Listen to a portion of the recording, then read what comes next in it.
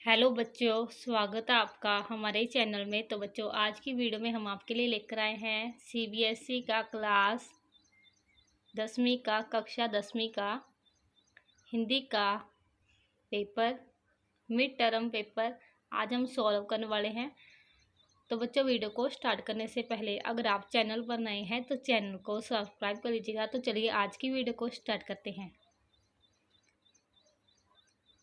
तो आज हम कक्षा 10वीं का हिंदी का paper mid term paper solve करने वाले हैं। तो चलिए,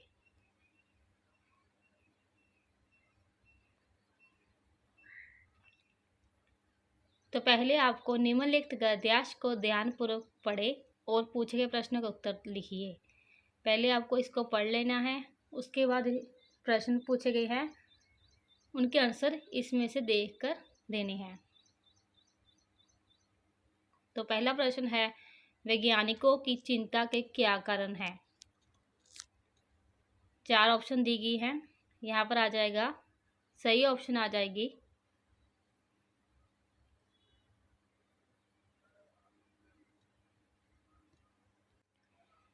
मौसम में बदलाव व भीषण बीमारियों का फैलना।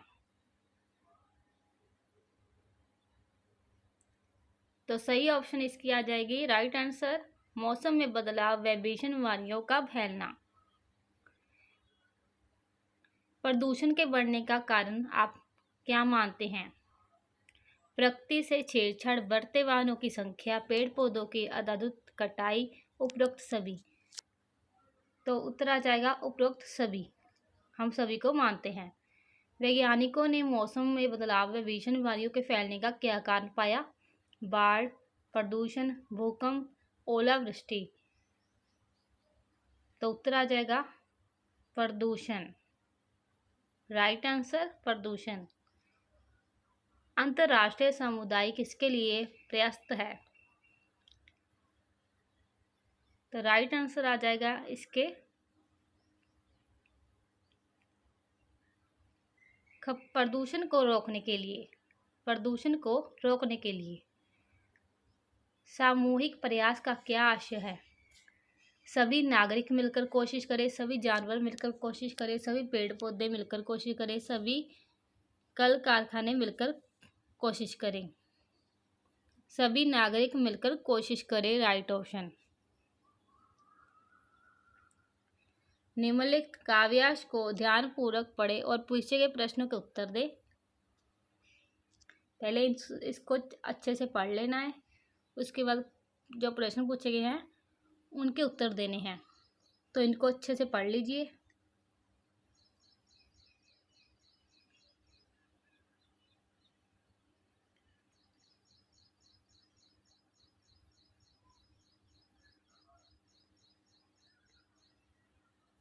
कवि मुंह से क्या नहीं कहने की बात करते हैं? कवि मुंह से कर नहीं सकते की बात करते हैं, कर नहीं सकते।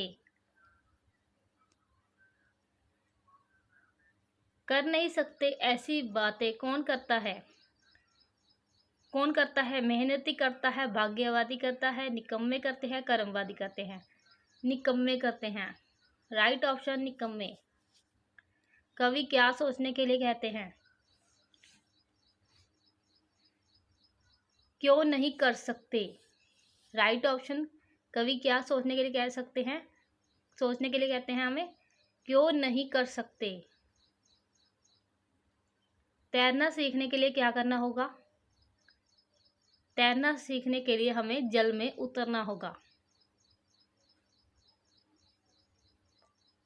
क्या कहकर आप सदा खुशहाल रह सकते हैं? तो क्या कहकर हम सदा खुशहाल रह सकते हैं? निश्चय कर सकते हैं, निश्चय कर सकते हैं कहकर हम खुशहाल रह सकते हैं। लास्ट ऑप्शन राइट, निश्चय कर सकते हैं।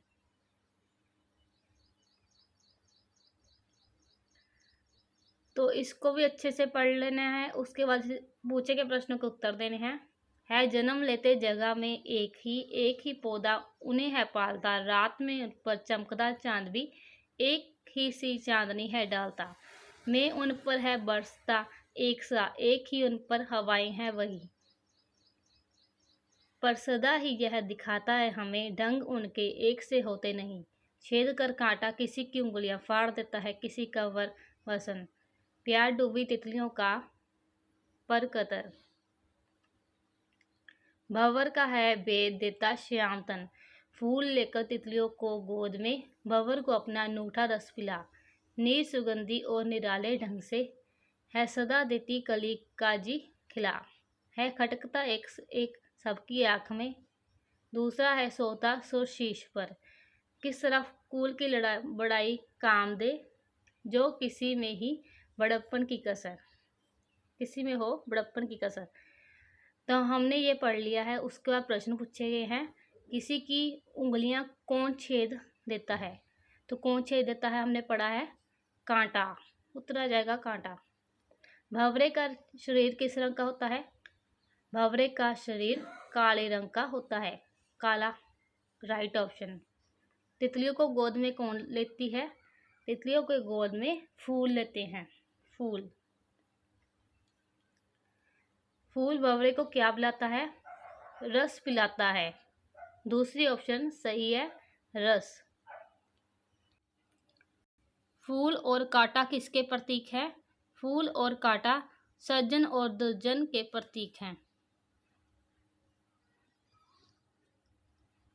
वह बाजार गया और केले ले आया। रचना के आधार पर वाक्य भेद है, सरल वाक्य, संयुक्त वाक्य, मिश्रित वाक्य, साधारण वाक्य। तो ये आ जाएगा संयुक्त वाक्य। दूसरा है, निम्नलिखित में से मिश्र वाक्य है। परीक्षमी व्यक्ति अवश्य सफल होता है। जो व्यक्ति स्वावलंबी होते हैं वह सदा सुखी होते हैं। मैंने खाना खाया और सो गया। कठोर होकर भी सदस्य सहृदय बनो। तो इसकी सही ऑप्शन आ जाएगी, जो व्यक्ति स्वावलंबी होते हैं वह सदा सुखी होते हैं, दूसरी ऑप्शन। आपने कठिन परिश्रम किया और उत्तीर्ण हो गए। इस वाक्य का मिश्र वाक्य होगा। तो इसकी सही ऑप्शन है कठिन परिश्रम करने वाला उत्तीर्ण होता है।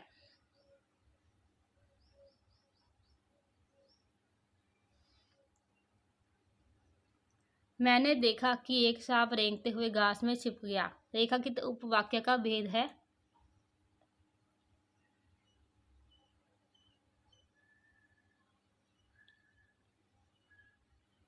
संज्ञा आश्रित उपवाक्य।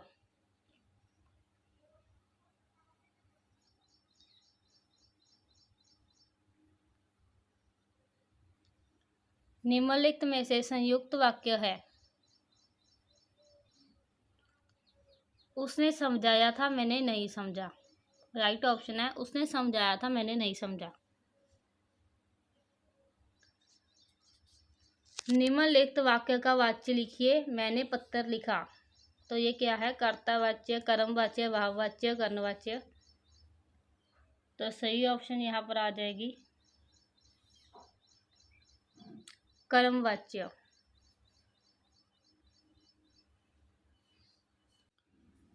उन्होंने सारे प्रश्न हल कर दिए। उपयुक्त वाक्य को कर्मवाच्य में बदलिए।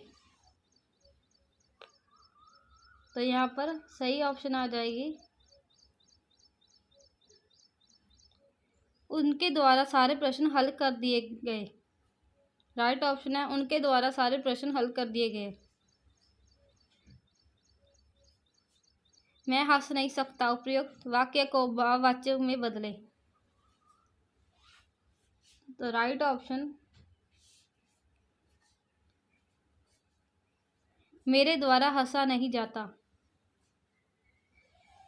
निम्नलिखित वाक्यों में कर्तावाच्य वाला वाक्य छांटिए। तो यहाँ पर सही ऑप्शन आ जाएगी सुमित के द्वारा कविता पढ़ी गई। सुमित के द्वारा कविता पढ़ी गई। निम्नलिखित में से भाववाच्य का उदाहरण है। आज घूमने चलते हैं, आज घूमने चले, आज घूमने चला जाए, आओ घूमने चलते हैं। तो राइट ऑप्शन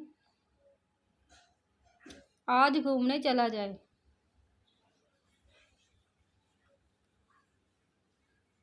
वे लोग कल शिमला जा रहे हैं, रेखा किस पद का परिचय है?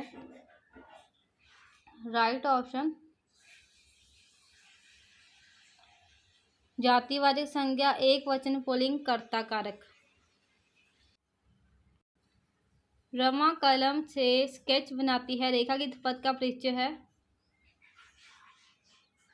जातिवाचक संज्ञा एक वचन पुल्लिंग कर्ण कारक। वे लोग आ गए, रेखा किस पद का परिचय है? सर्वनाम पुरुषवाचक बहुवचन प्रथम पुरुष कर्ता कारक। First option. गंगा विश्व की सबसे बड़ी पवित्र नदी मानी जाती है। तो ये क्या है? व्यक्तिवाचक संज्ञा स्त्रीलिंग एक वचन कर्ता कारक। तीसरी ऑप्शन राइट। शाबाश तुमने बहुत अच्छा खेला, रेखा किस पद का परिचय है? सर्वनाम पुरुषवाचक एक वचन मध्यम पुरुष कर्ता कारक। First option.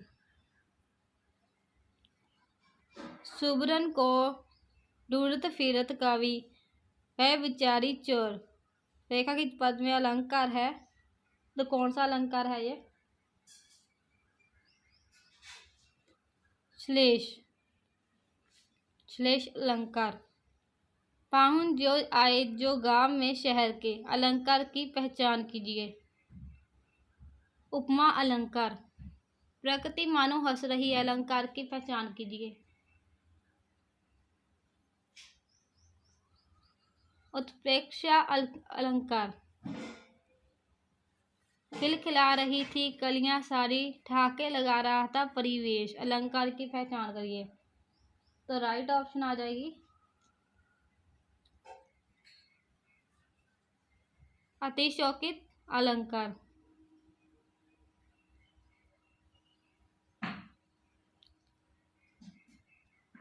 वृक्ष सा देह था उसका, टकराते ही टूटा पहाड़, अलंकार की पहचान कीजिए।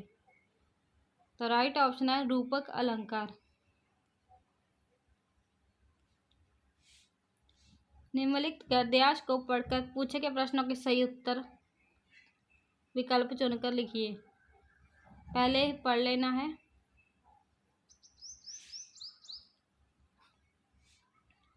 उसके बाद प्रश्नों के उत्तर देने हैं। हालदार साहिब की दृष्टि में कौन देशभक्त था? हालदार साहिब की दृष्टि में कैप्टन देशभक्त था। तीसरी ऑप्शन सही है, कैप्टन। एक बार कस्बे से गुजरते समय हालदार साहिब को मूर्ति में क्या अंतर दिखाई दिया?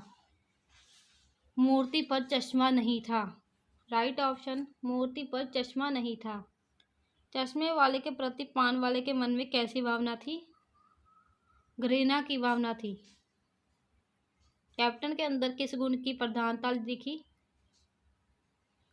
देशभक्ति की। गद्यांश में नेताजी से आशय है सुभाष चंद्र बोस। बाल गोविंद भक्त की आयु करीब 60 के करीब थी। 60 के करीब। दूसरी ऑप्शन सही है। बाल गोविंद भक्त प्रभाती गाना कब शुरू करते थे? कार्तिक मास में। निम्नलिखित गद्यांश को पढ़कर पूछे गए प्रश्नों के उत्तर दें। लक्ष्मण ने कैसे कहा? रोते हुए, डरते हुए, हंसते हुए, सहमे हुए। हंसते हुए। राइट ऑप्शन हंसते हुए।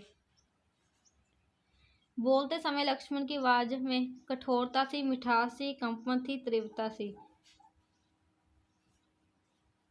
मिठास थी। काव्यांश में भृगुस्थ शब्द किसके लिए आया है? परशुराम के लिए। यह वार्तालाप किनके बीच हो रहा था? लक्ष्मण और परशुराम के बीच। लक्ष्मण ने अपने क्रोध रोकने का क्या कारण बताया है? भृगुवंशीय ब्राह्मण होना। हरी है राजनीति बड़ी आई किसने कहा है? उद्धव जी ने। राम लक्ष्मण परशुराम संवाद पाठ में रबपालक शब्द किसके लिए प्रयुक्त हुआ है? विश्वामित्र के लिए।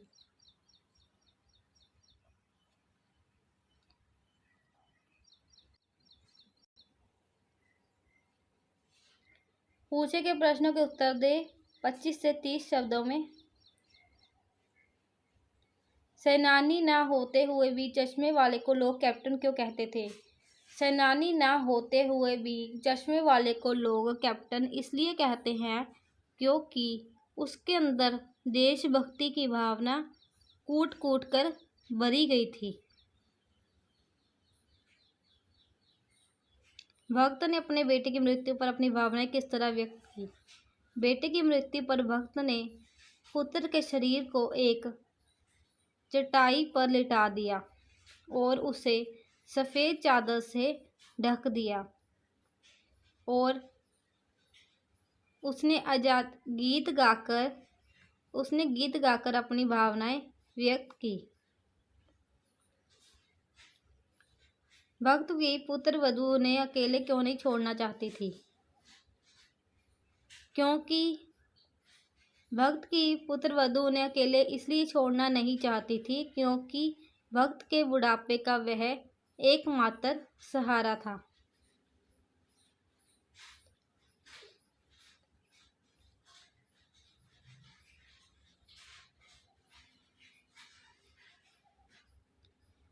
तो आगे और प्रश्न दिए गए हैं। उद्धव के व्यवहार की तुलना किस किस से की गई है? उद्धव के व्यवहार की तुलना कमल के पत्ते से की गई है जो नदी के जल में रहते हुए भी जल की ऊपरी सतह पर रहता है। गोपियों द्वारा उद्धव को भाग्यवान कहने से क्या व्यंग निहित है? गोपियां उद्धव को भाग्यवान कहते हुए व्यंग कसती हैं कि श्री कृष्ण के सानिध्य में रहते हुए भी वह श्री कृष्ण के प्रेम से सर्वथा मुक्त रहे।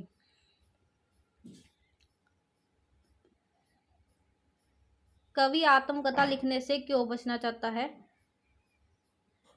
कवि आत्मकथा लिखने से इसलिए बचना चाहता है कि आत्मकथा लिखकर वह खुद को विशेष नहीं बनाना चाहता है। वह अपने व्यक्तिगत अनुभवों को दुनिया के समझ व्यस्त नहीं करना चाहता है।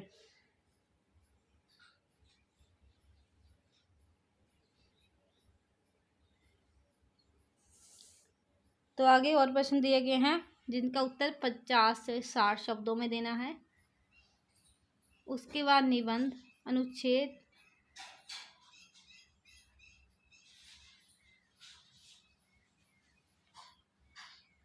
तो आपने पूरी वीडियो देख ली होगी। तो बच्चों ये थी वीडियो। अगर आपको वीडियो पसंद आई हो तो वीडियो को लाइक कर दीजिएगा और चैनल को सब्सक्राइब कर लीजिएगा। तो मिलते हैं अगली वीडियो में।